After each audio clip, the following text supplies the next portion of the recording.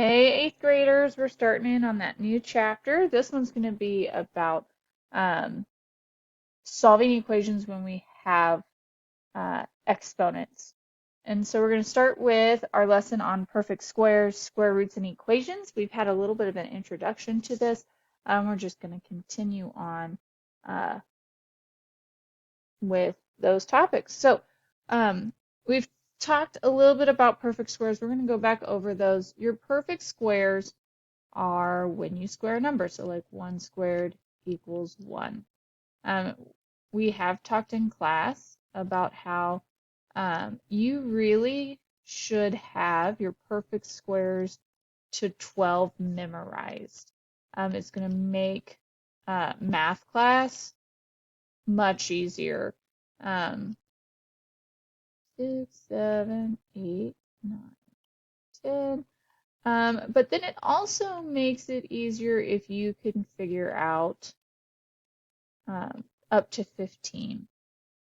10, 11, 12, 13, 14, 15. All right, so we're going to find the perfect squares for each of these. So 1 squared is 1, 2 squared is 4, 3 squared is 9. Now remember that I'm not taking 3 times 2, that I'm thinking of this as 3 times 3 and 4 times 4. That's what the exponent represents, is that we are taking it times itself. And the reason we call it a square is because when we take that number times itself, you may remember, you may not. In elementary school, when you first started talking about multiplication, we talked about making arrays, right? And so if we do a 3 by 3, then what we end up with is a square instead of a rectangle. Or a 4 by 4 makes a square, and so that's why we call it squaring, because the array that it makes is the shape of a square. So if you didn't know it, you know it now. So 11 squared is 121, 12 squared is 144. I've already filled in the others as I was talking. Again, those should be ones that you should know, but we really need to get to where we recognize them pretty quickly. 13 squared, I remember this one because it makes the 8th grader in me giggle, 169. If it doesn't make you giggle, then you are more mature than Mrs. Cartwright. 14 squared is 196, which just flip-flops those two back digits. And then 15 squared is 225. If you have not already written these down, please pause the video, write these down, because if you have them in your notes and you get to use your notes on your homework and your quizzes and your tests, then that gives you a list of perfect squares to refer back to, right? Making things a little bit easier for you or faster for you than having to type things into the calculator. Because sometimes it's easier to quickly look at the list than it is to type it into the calculator. All right, so that's our list of perfect squares. We're going to talk about square roots.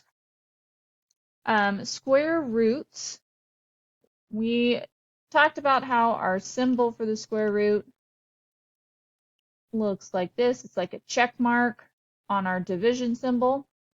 There are multiple roots, and so when we see this one, it just undoes squaring something. And so we call that the inverse operation to squaring. That's why we talked about perfect squares, along with the fact that we're going to talk about square roots. Operation to squaring. All right. When we're finding the square root, so say I give you the square root of 1, we are asking ourselves what times itself equals the number on the inside. And what we actually have are two answers. We know that 1 times 1 equals 1, but also -1 times -1 will give us a +1. And so I always write that as plus minus, so positive and -1.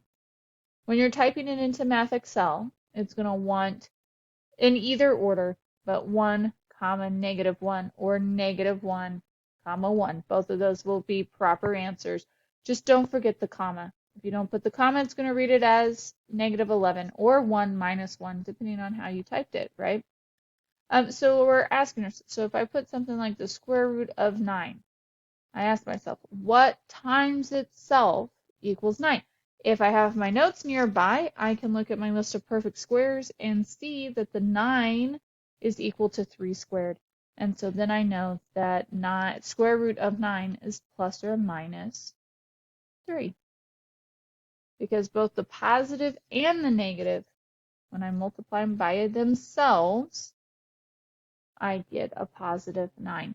And so that's how square root works. I could do square root of 144, and I ask myself what times itself equals 144.